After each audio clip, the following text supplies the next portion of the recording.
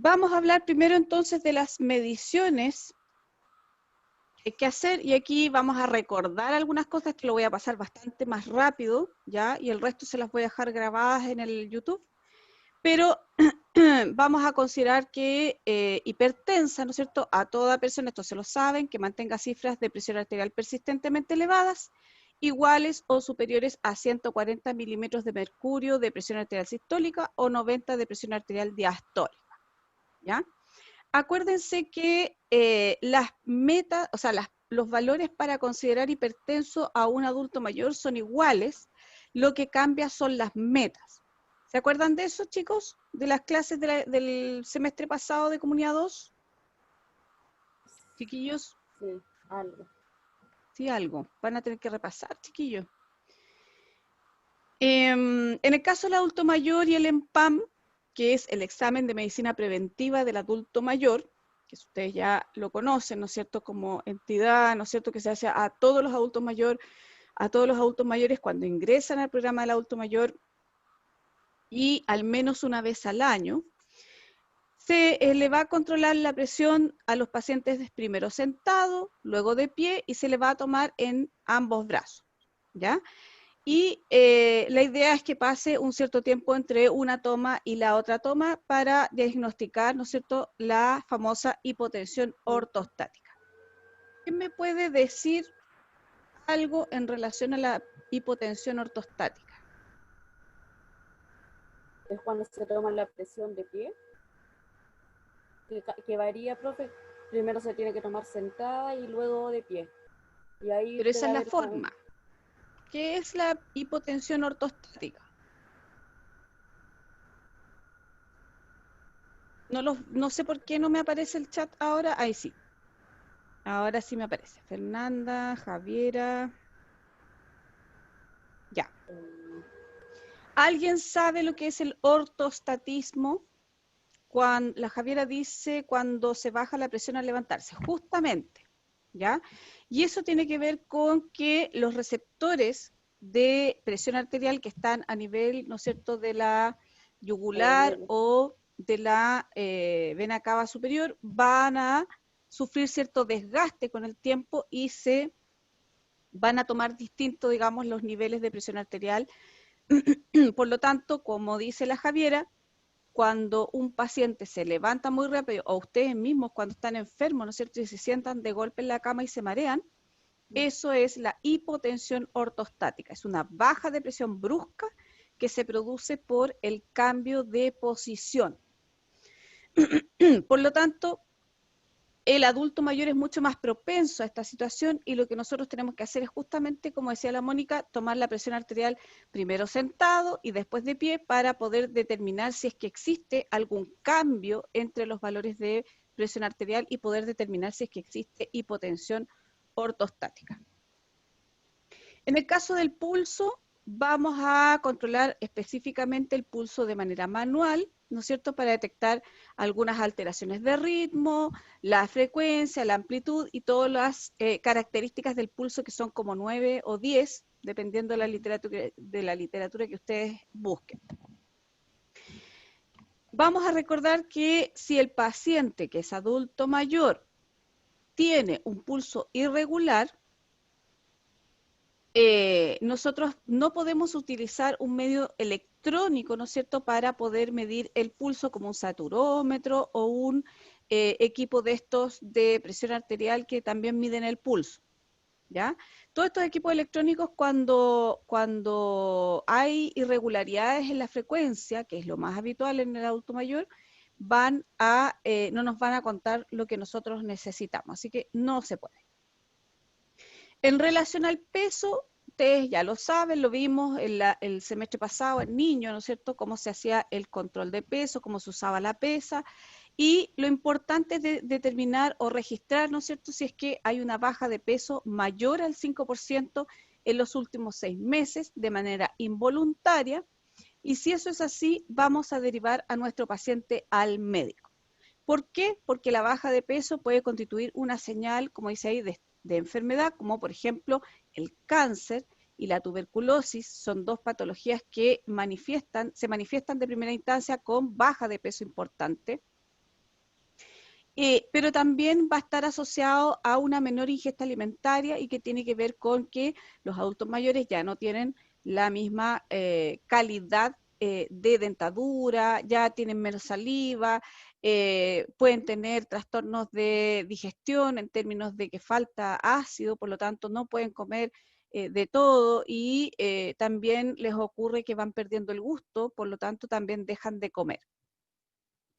Como dice la lámina, habla de trastornos orales, mala dentadura, alteración del tracto digestivo, presencia de diarreas crónicas o vómitos frecuentes, que también es bastante habitual.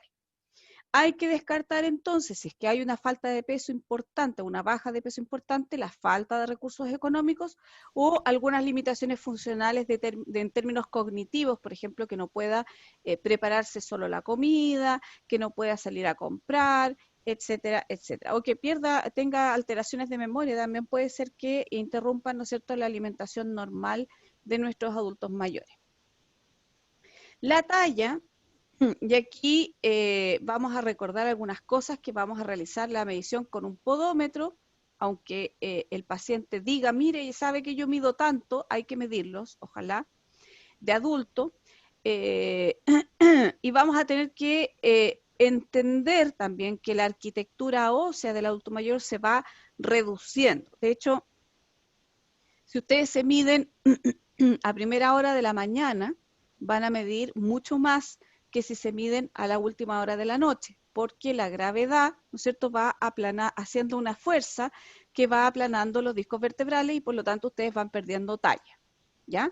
Pero además en el adulto mayor ese efecto de gravedad también se acompaña de pérdida de masa ósea y se va acompañando también a alteraciones, ¿no es cierto?, en términos de la disposición ósea, si ustedes quieren, de la columna. Hay viejitos que son más agachados, hay viejitos que son, ¿no es cierto?, tienen alteraciones en las caderas, etcétera, etcétera. Por lo tanto, eso también va a ir manifestándose en cambios de talla. Es importante en el adulto mayor, no es así en el adulto solo, ¿no es cierto?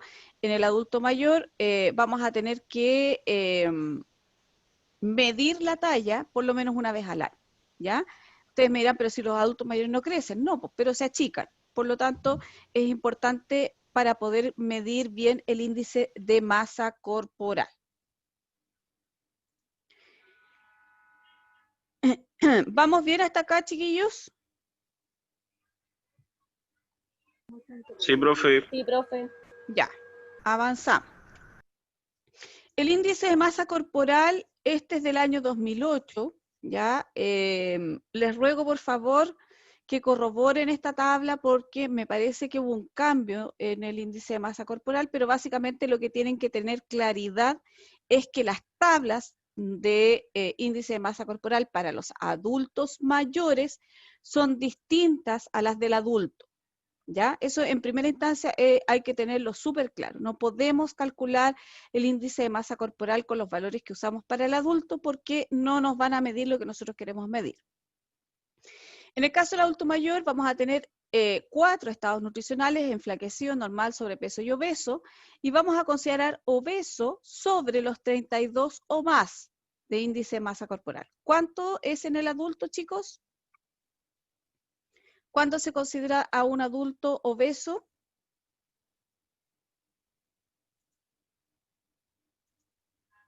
¿Sobre 30, profe?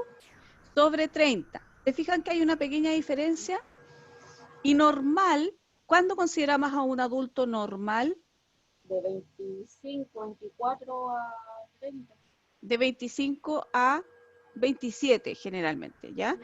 Pero acá ustedes se fijan que los valores se alargan, digamos, los espacios, digamos, de normal va de 23,1 a 27,9, sobrepeso de 28 a 31,9 y 32 o más es obesidad para el adulto mayor. En general vamos a tener los dos extremos, o está muy enflaquecido o está obeso de frentón, ¿ya? No es tan simple o no es fácil encontrar a un adulto mayor que tenga un sobrepeso nomás o qué sé yo, o en general se dan los dos extremos, o sea, igual vamos a tener todo el abanico, pero me refiero que se va a concentrar nuestra población, la que nosotros vamos a trabajar en el estrato socioeconómico que nosotros vamos a ver, en enflaquecido y obeso. La circunferencia de cintura, que ustedes ya lo vieron el año pasado, es un factor de riesgo cardiovascular. Es un método simple para describir la distribución del tejido adiposo e intraabdominal y se mide el perímetro inmediatamente sobre el borde superior de la cresta ilíaca. Y ojo con esto que aquí dice aproximadamente la altura del ombligo, ¿ya? Pero yo les aseguro que si ustedes se hacen una pequeña autoevaluación dónde está su cintura, si es que tienen cintura, porque yo ya no tengo cintura hace mucho rato, pero lo más probable es que no les va a cruzar justo por el ombligo, así que el ombligo no es necesariamente una medida como para que ustedes vayan a medir la cintura, ¿ya?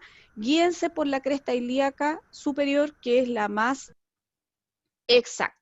Y esa medida se va a registrar en centímetros. Y en el caso de la mujer, esto sí cambió, y esto yo tengo plena claridad que esto cambió.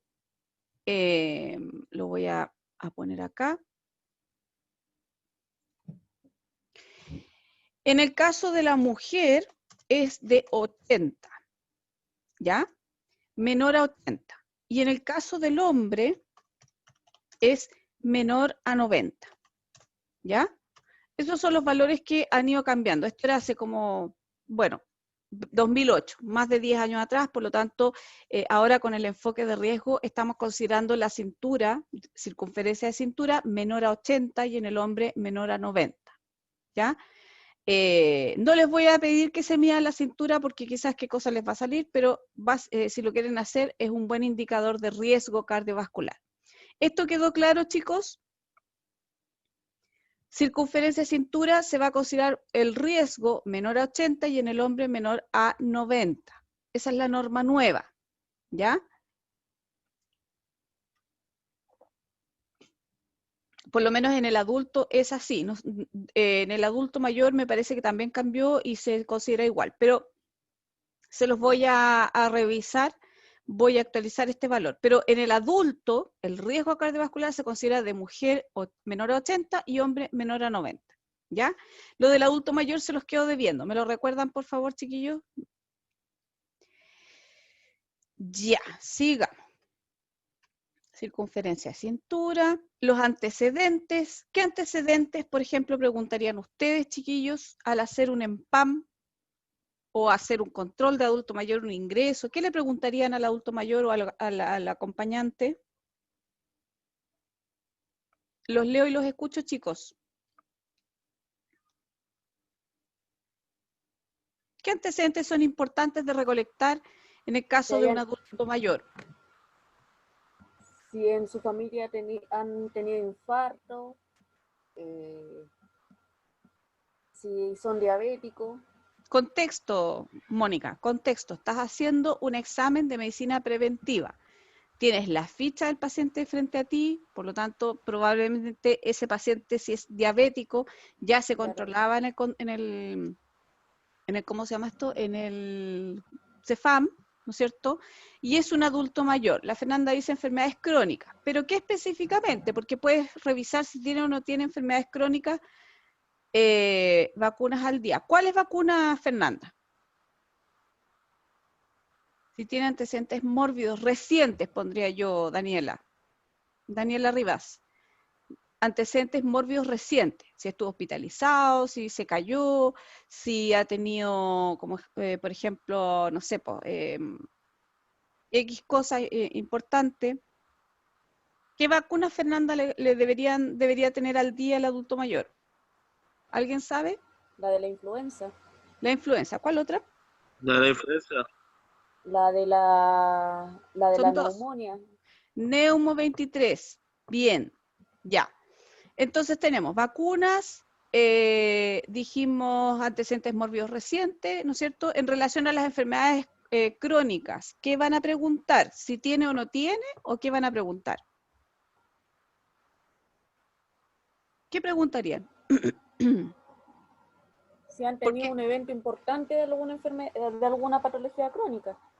Ya, eso podría ser que tiene que ver con la morbilidad, si la tiene controlada, eso lo vas a saber con los valores de presión arterial y la historia Javiera.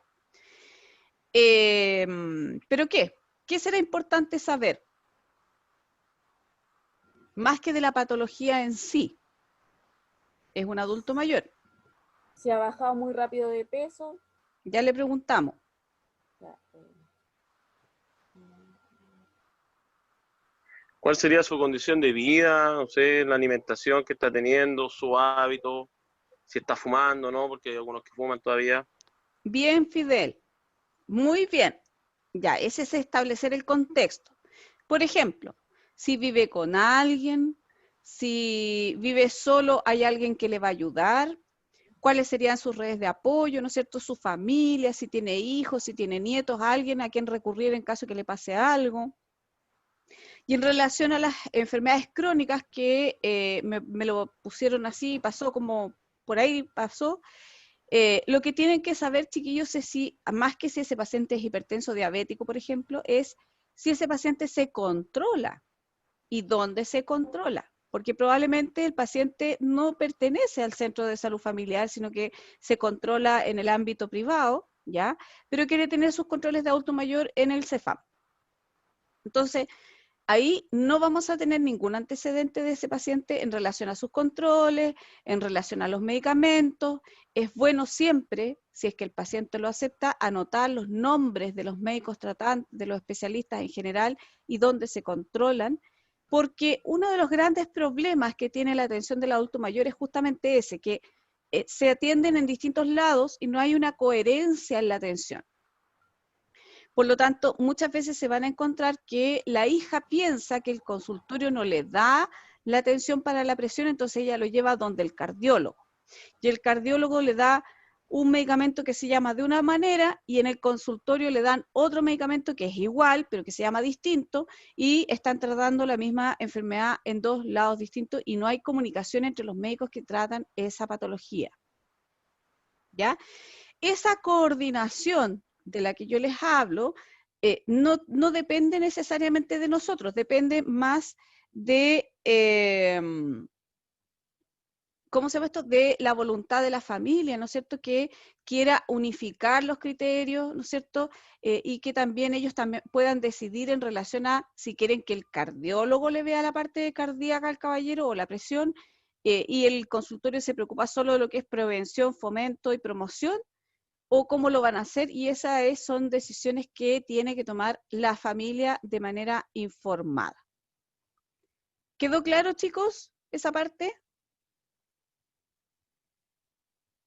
Y uno de los grandes problemas que está en algunas de las láminas más adelante es que justamente la sobremedicación de los adultos mayores viene de justamente este problema de que van donde el cardiólogo, van donde el geriatra, van donde el médico internista, van donde el gastroenterólogo y cada uno le da una pauta de medicamentos distintos que al final el pobre caballero termina tomando el doble o el triple de lo que deberían tomar. Y por eso los geriatras en ese sentido son bastante cautos y cuando llega un paciente le suspenden todos los medicamentos y le piden todos los antecedentes médicos, digamos, para poder conversar con los médicos y poder tener claridad cuáles son los tratamientos y adecuar esos tratamientos a ese adulto mayor.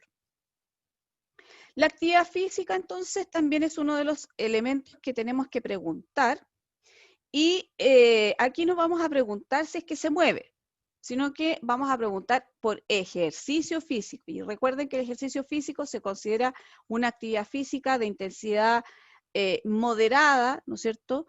Por lo menos 3 veces a la semana por 20 a 30 minutos, ¿ya? No es cualquier ejercicio, estamos hablando de ejercicio físico. No es lo mismo que actividad física, ¿ya?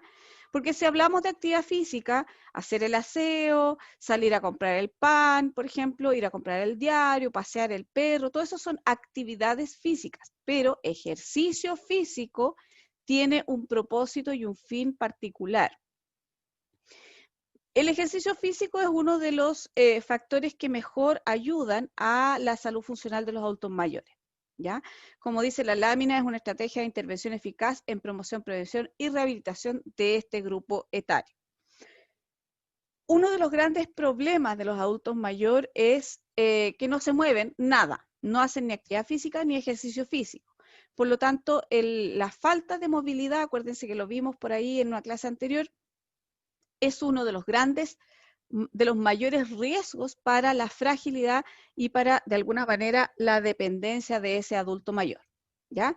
Y acá está lo que yo les decía, van a registrar en el EMPAM, ¿no es cierto?, si realiza actividad física o ejercicio, ¿no es cierto?, que la persona adulta mayor, cuándo lo realiza, cómo lo realiza, y lo ideal es que haga con una frecuencia mayor a 3 veces por semana, más de 30 minutos cada vez, así como también es importante registrar si la actividad física la realiza en grupo o solo.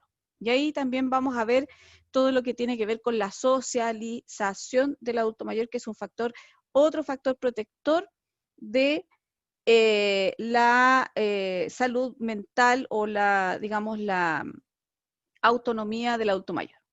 La vacunación que ustedes habían dicho, la neumocócica, la de la influenza y alguna otra, de acuerdo a las recomendaciones según la estación, el año, el clima, el ministro, la economía y todos esos factores que ustedes saben que influyen en determinar una determinada vacunación para ciertos grupos etarios, ¿ya?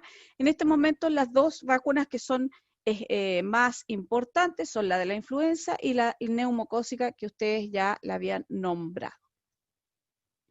En relación al programa de alimentación complementaria, el PACAM, esto lo voy a pasar rapidito porque esto lo vimos, ¿cierto? Y lo vimos in extenso el semestre pasado, pero básicamente lo que ustedes ya saben es que es un programa que nació por una resolución exenta, del año 2001, ¿no es cierto? Y que ayuda o de alguna manera colabora en superar el daño nutricional de las personas adultas mayores, de acuerdo a la política de subsidios del Estado de Chile. O sea, corresponde en el fondo un subsidio. El propósito general es mantener o mejorar el estado funcional y la funcionalidad de las personas adultas mayores, como también aminorar las brechas nutricionales y económicas a fin de mejorar la calidad de vida de estas. Este tema lo conversamos largo y tendido, ¿se acuerdan? El semestre que vimos el PACAM. Por lo tanto, creo que ya tenemos claridad de que las pensiones son bajas, que hay problemas para ir a comprar, que los hijos en general casi no se preocupan, que los presupuestos para nadie en estos momentos, sobre todo en estos momentos, están dando. Por lo tanto, la brecha nutricional se va aumentando, sobre todo en este tiempo de confinamiento. La población beneficiaria, ustedes ya la conocen. Ay, se me fue la lámina. Todos los beneficiarios de la ley FONASA, ¿no es cierto? Las personas mayores de 65 años que se encuentren en tratamiento antituberculosis posterior a la alta de la tuberculosis, personas beneficiarias del programa Chile Solidario mayores de 65 años y las personas adultas mayores de 60 años en convenio con el Hogar de Cristo que sean atendidos en los establecimientos de atención primaria del Servicio Nacional de Servicios de Salud, ¿ya? Esto hay una clase en el YouTube que tiene que ver con el PACAM y los programas de alimentación complementaria en general. Por lo tanto, esto ya lo conocen. Y vamos a pasar entonces al catastro de patologías, que era lo que ustedes mencionaban como patologías crónicas. Y aquí es donde yo les comentaba, esto ya de alguna manera lo conversamos, pero hay que hacer un catastro explícito de la totalidad de las patologías que posee el paciente. Da lo mismo si fueron detectados en el nivel primario, secundario, terciario o el sistema privado, ¿ya? Por lo tanto, tienen que anotar todo, y además de eso, hay un par de preguntas que hay que hacer, como por ejemplo, si se ha presentado algunas pérdidas de orina estando despierto y o durmiendo en forma involuntaria, si tiene dificultades para defecar, si ha tenido en el último año la necesidad de usar laxantes naturales o no naturales, etcétera, etcétera. Acuérdense que la función gastrointestinal es la que más se altera, ¿no es cierto?, solo con la edad. Hasta aquí, chiquillos, ¿vamos bien? Esto ya lo vimos, así que debiéramos pasarlo más rápido. Los leo y los escucho, chicos, por si acaso. ¿Qué más hay que preguntar? Hay que preguntar, por ejemplo, el autoexamen de mamas, ¿ya? Y esto es súper importante, aunque ustedes me digan, pero si ya es adulto mayor, es que no tiene nada que ver con el cáncer cervicuterino. Cáncer de mama puede darle a las personas en la edad, hombres y mujeres, ojo con eso, a toda edad, ¿ya? Hay que consultar sobre la actividad sexual, y de acuerdo a las respuestas que dé la persona, ¿no es cierto?, vamos a determinar la necesidad de realizar el PAP, VIH u otro examen de pesquisa de infecciones de transmisión sexual. Aquí, chiquillos, les quiero recordar, que en algún momento lo dije, ya, pero se los recuerdo para que no lo olviden, que en este momento en Chile, el aumento de los casos de VIH y de otro tipo de infecciones de transmisión sexual, hasta el año pasado por lo menos, se había dado primariamente en el grupo de 65 años y más y en los jóvenes adolescentes, ¿ya? Y ustedes miran, pero ¿cómo, profesora? Porque yo insisto, siempre uno tiene ideas equivocadas en la vida y una de ellas es justamente la actividad sexual en el adulto mayor, ¿ya? En general, los adultos mayores mantienen una actividad sexual normal, ¿no es cierto? Incluso aumentan su libido, por lo tanto, tienen necesidades sexuales igual que cualquiera, con la diferencia que a esa edad para ellos es más complejo contar con una pareja sexual estable, por lo tanto, lo que ellos hacen es apelar al servicio al comercio sexual, ¿ya? Que es una de las razones por las que se aumenta el riesgo de infecciones de transmisión sexual. Por lo tanto, a nadie le tiene que sorprender el hecho de que haya mucho adulto mayor con VIH o con alguna otra enfermedad de transmisión sexual. ¿Dudas hasta aquí? ¿Comentarios? ¿Vamos bien? Sí, profe. ¿Sí? ¿Seguimos? El chat está medio lento, no los leo. La Fernanda dice que sí. Ya. Sí, profe. La farmacología. Y aquí en la terapia farmacológica vamos a chequear de nuevo, junto con las patologías, ¿no es cierto?, la cantidad de medicamentos que va a tomar el adulto mayor. Y aquí ojo con esto, que la ingesta simultánea de 5 o más medicamentos de manera crónica por más de 3 semanas, independientemente de si es indicado por un médico o automedicado, ¿ya?, lo vamos a tomar como polifarmacia. Y eso es un síndrome, se considera un síndrome, o sea, es un problema dentro de la geriatría. Por eso que yo les decía que los geriatras en general llegan los pacientes, ¿no es cierto?, y le suspenden todos los medicamentos, los que están indicados, los que toma por el doctor Google, por la vecina, porque los compró en la calle, porque no sé qué. Porque además uno de los grandes problemas de los chilenos en general y sobre todo de los adultos mayores es que hay mucha automedicación, ¿ya?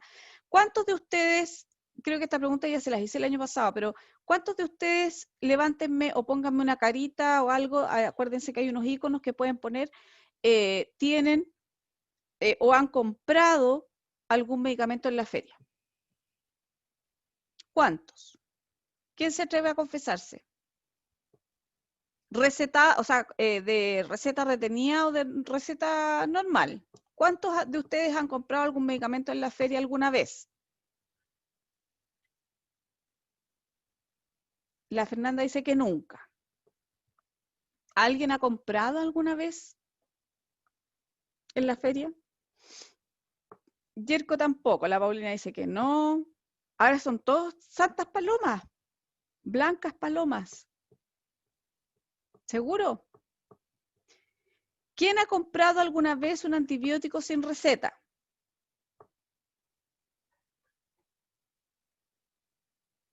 El yerco, de sapo va a la feria, ¿ves? He visto a harta gente comprar en la feria, dice el yerco. Ya, antibióticos sin receta. ¿Quién ha comprado alguna vez antibióticos sin receta? O a las malas. La Paulina, ya. ¿Quién más? Yo igual. Fidel, ¿quién más?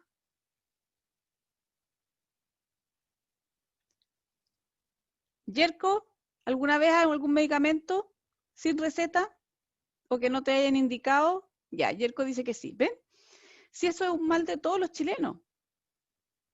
Imagínense los adultos mayores que en general tienen, ¿no es cierto?, esta costumbre, si ustedes quieran, o como sea, y que antiguamente era súper fácil ir a la farmacia y comprar cualquier cosa, hasta Rabotril uno conseguía sin receta, pero en estos momentos ya se está empezando a regular un poco más ese tema, pero básicamente los chilenos en general y los adultos mayores, sobre todo porque tienen una sensación de inseguridad, son muy buenos para automedicarse. Y el ingerir más de 5 medicamentos en forma continua por más de 3 semanas ya se considera una polifarmacia, ¿ya? Aquí no estamos hablando de que si toma medicamentos para la presión, que si toma medicamentos para la diabetes y que además se tomó una cosa para el dolor de cabeza eventualmente en una de las 3 semanas y fueron 6 medicamentos, eso hay un poco de criterio, no sé si me explico. Pero si, por ejemplo, una persona toma, porque además hay que considerar que la parte natural, ¿no es cierto?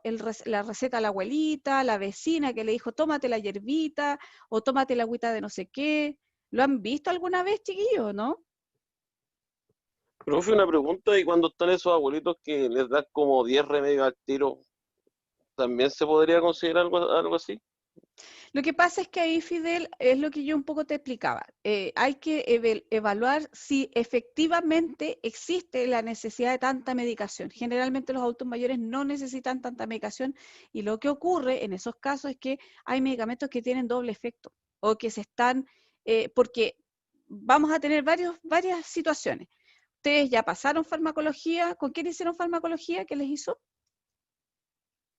¿Qué, profe? Profe Gabriel. El Ya. profe Gabriel. El profe Eh, Joan, Tú hiciste con el profe Joan y la Mónica con el profe Gabriel. Ya. Chan, chan. A ver, cuando ustedes tienen que saber que muchos medicamentos tomados juntos, en conjunto, producen efectos entre ellos, ¿cierto? Puede que se sinergicen o se anulen los efectos. Generalmente eso es lo que ocurre cuando uno tiene con el profe Juan Pablo, la Paulina, no sé quién es el profe Juan Pablo. Ya, cuando uno entonces toma más de 5 medicamentos, 6 medicamentos, 10 medicamentos, como dice Fidel, lo más probable es que no estemos siendo efectivos con esa terapia farmacológica.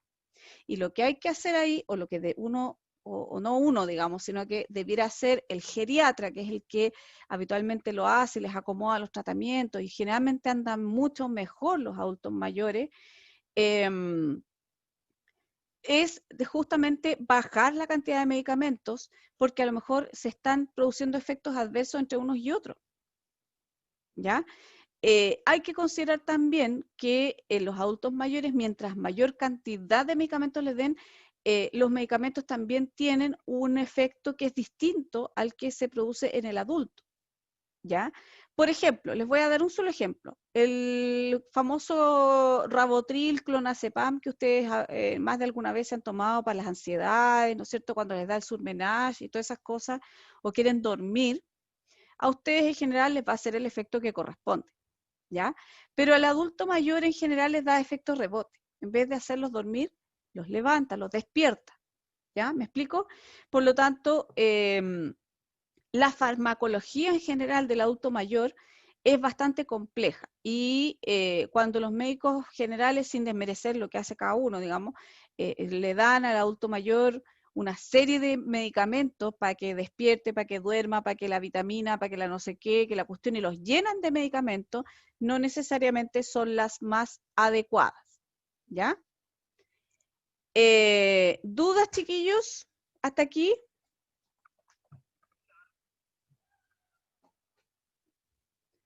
Seguimos con la clase entonces, chicos. Ya, entonces quedó claro lo de la polifarmacia.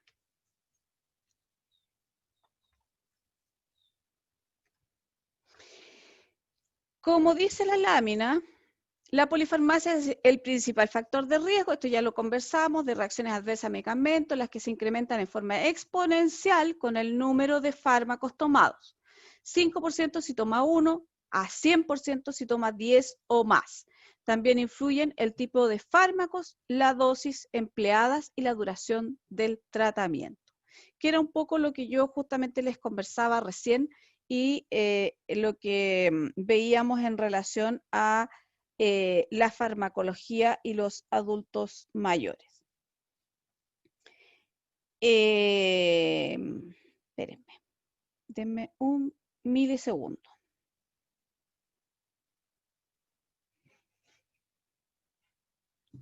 Ya,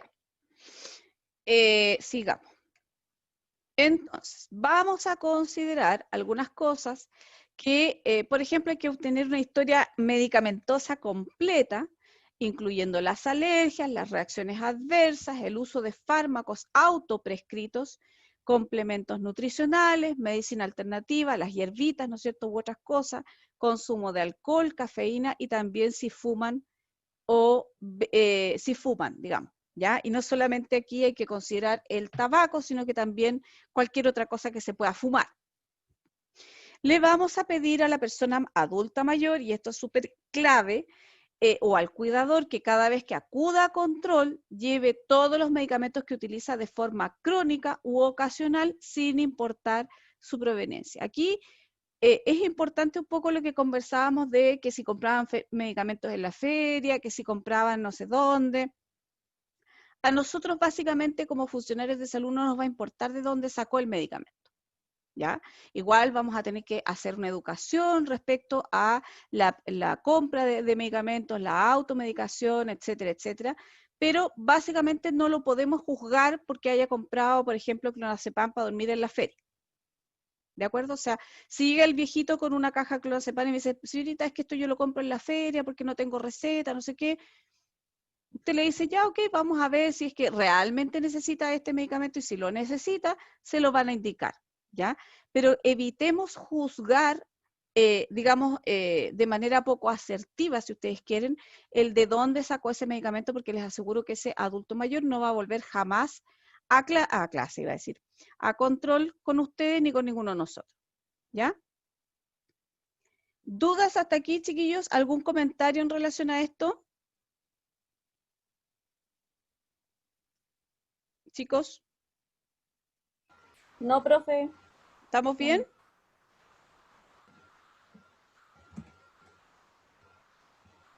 Están todos excusándose por las clases de Geronto. Ya, muy bien. Son muy divertidos, chiquillos. Entonces, si existen dudas de los medicamentos que la persona adulta mayor está realmente utilizando, se debe dejar consignado en la ficha y volver a citar a la persona, o en su defecto podríamos eventualmente hacer una visita domiciliaria y en su mismo domicilio con la persona cuidadora o algún familiar, revisar todo lo que está tomando. Vamos a verificar las dosis, los esquemas posológicos, o sea, las indicaciones que está tomando actualmente, si coinciden o no con la indicación médica, y en caso contrario, vamos a tratar de educar al respecto o educar a la cuidadora, ¿ya? Una buena forma de hacer esto, chicos, es con lo visual. Hacer una tabla que la puedan pegar en la cocina, en el living, en el dormitorio, donde quieran, ¿ya? Con los nombres de los medicamentos o pegar directamente las cajas de los medicamentos para que los reconozcan más fácil y sepan a qué hora se las tienen que tomar y a qué hora no. Es complejo el tema de los medicamentos de los adultos mayores, porque como decía Fidel, efectivamente, nuestros adultos mayores toman muchos medicamentos. Vamos a escribir, como yo les decía, claramente las indicaciones, asegurarse que entendieron, pedir una retroalimentación para ver si realmente comprendieron el tratamiento, y vamos a revisar en cada control la lista de medicamentos y vamos a ir eliminando, o sea, actualizando esa lista cada vez que algún medicamento ya no se esté tomando, se haya cambiado o algún medicamento que esté produciendo algún efecto que sea insuficiente. Y vamos a tener que tener muy claro, y esto es algo que a ustedes no se les debe olvidar jamás en la vida, que es recordar que se está tratando con una persona adulta mayor, con todo su entorno, con todas sus particularidades de los adultos mayores, con todas las circunstancias sociales y personales que pueda tener, y no necesariamente, o no, digamos, derechamente con una patología. ¿Ya? O sea, si la persona es hipertensa y el tratamiento por norma me dice que tiene que ser uno A, B, C, D, E, y la persona toma C, D, E, hay que ver por qué está tomando C, D, E y no está tomando el A, B, C, D, E. ¿Me siguen? O sea, generalmente las decisiones de las personas no son tan antojadizas como uno cree, sino que tienen alguna razón de ser. Y muchas veces el dejar de tomar medicamentos o cambiarlos por otros tiene que ver con presupuesto económico, con tolerancia, con efectos adversos o con la complicación en la toma de las dosis, ¿ya? Por lo tanto, ahí hay que ver muy bien qué es lo que vamos a indicar y cómo lo vamos a indicar. Con esto, chiquillos, terminamos esta primera parte, justo en los 46 minutos de clases, y quiero saber, chicos, si tienen alguna duda, alguna consulta de la parte general de lo que hay que evaluar antes de partir con el examen de medicina preventiva y la evaluación de la funcionalidad. ¿Se acordaban de esto? ¿No se acordaban de esto? Los escucho, los leo, chicos.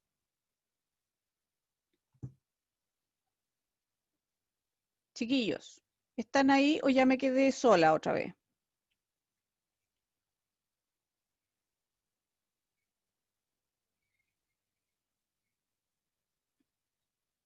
Ya, la Fernanda se acordaba, la Javiera dice que está claro. Ya, ¿algún comentario que quieran hacer? ¿Algo que les haya tocado vivir? ¿Algo que quieran comentar? ¿Algo? Yo, profe, se supone que de repente muchos adultos mayores, sobre todo los que viven solos, eh, van guardando como los medicamentos que le van dando en el consultorio, en los centros, y después se los olvidan y después tienen como una camionada de medicamentos guardados por toda la casa. Justamente. Por eso que es tan importante hacer un sistema para que tengan una cierta rutina, o sea, que guardar los medicamentos en un mismo lugar, preparar los medicamentos en el mismo lugar y que además ellos tengan la costumbre, si están cognitivamente bien, de ir registrando, aunque suene un poco latoso, pero es la única manera de evitar justamente ese problema que tú dices de que guardan y después tienen medicamentos guardados y se les olvida dónde los dejan. Ese es el tema.